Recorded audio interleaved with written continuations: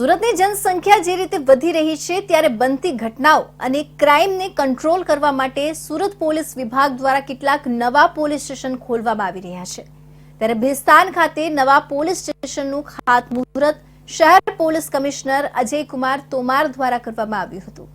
શહેર પોલીસ ક્રાઇમને શોધવામાં જ્યારે અવ્વલ બની રહી છે, પોલીસ કમિશનર દ્વારા શહેરમાં વસ્તી વધારો થઈ રહ્યો હોય ત્યારે અલગ અલગ કેટલા પોલીસ સ્ટેશન બનાવવામાં આવી રહ્યા છે,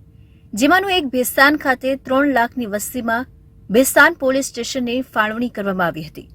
જે 3 લાખની વસ્તીમાં પોલીસ ક્રાઇમની ઘટના જગ્યાએ સમય પર પહોંચી શકે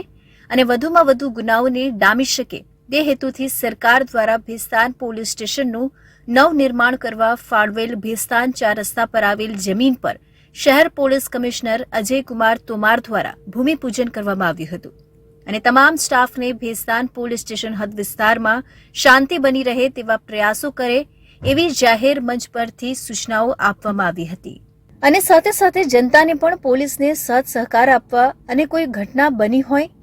કે કોઈ વ્યક્તિ ક્રાઇમનો ભોગ બન્યો હોય તો ગભરાયા વગર પોલીસ પાસે આવી પોતાની ફરિયાદ કરી શકે તેવી નાગરિકોને સાંત્વના આપી હતી। સુરત શહેર પોલીસ કમિશનરેટ વિસ્તારમાં આજે નવું ભેસ્તાન પોલીસ સ્ટેશનના જે ભવન બનવા જઈ રહ્યા છે એના ખાતમુહૂર્ત કરવામાં આવ્યું।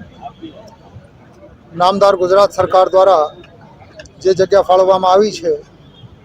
આ જગ્યા ઉપર એક સુંદર ભવનના નિર્માણ ગુજરાત પોલીસ હાઉસિંગ કોર્પોરેશન દ્વારા કરવામાં આવશે। આ પોલીસ સ્ટેશનના હાલના ઇન્સ્પેક્ટર શ્રી ગઢવી અને એના સંપૂર્ણ ટીમને હું શુભેચ્છાઓ આપું છું અને હાકલ પણ કરું છું કે 3.5 લાખની વસ્તી ધરાવતા આ વિસ્તાર કાયદો વ્યવસ્થા અને જાહેર વ્યવસ્થાની દ્રષ્ટિએ એક આદર્શ વિસ્તાર બની રહે। પોલીસ ગુનેગારો સાથે સખ્તીથી કાર્ય કરશે,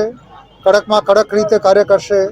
સુરત શહેરમાં હાલ વિવિધ પ્રાંત અને શહેરોમાંથી લોકો રોજગારીની તલાશમાં આવતા હોય છે, ત્યારે અનેક વ્યક્તિ ગુનાહિત માનસિકતા સાથે અહીંયા રહીને ગુનો આચરી શકે એવા સંજોગો ઊભા થતા હોય છે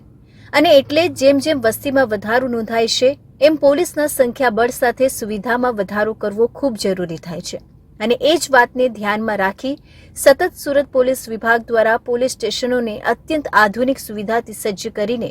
નાગરિકોની સુવિધા અને સુરક્ષામાં વધારો કરવાનો પ્રયાસ થઈ રહ્યો છે અને એના કારણે જ શહેરમાં ક્રાઇમમાં વધારો નોંધાય છે, પરંતુ એને કંટ્રોલ કરવામાં પોલીસને સફળતા પણ મળી રહી છે।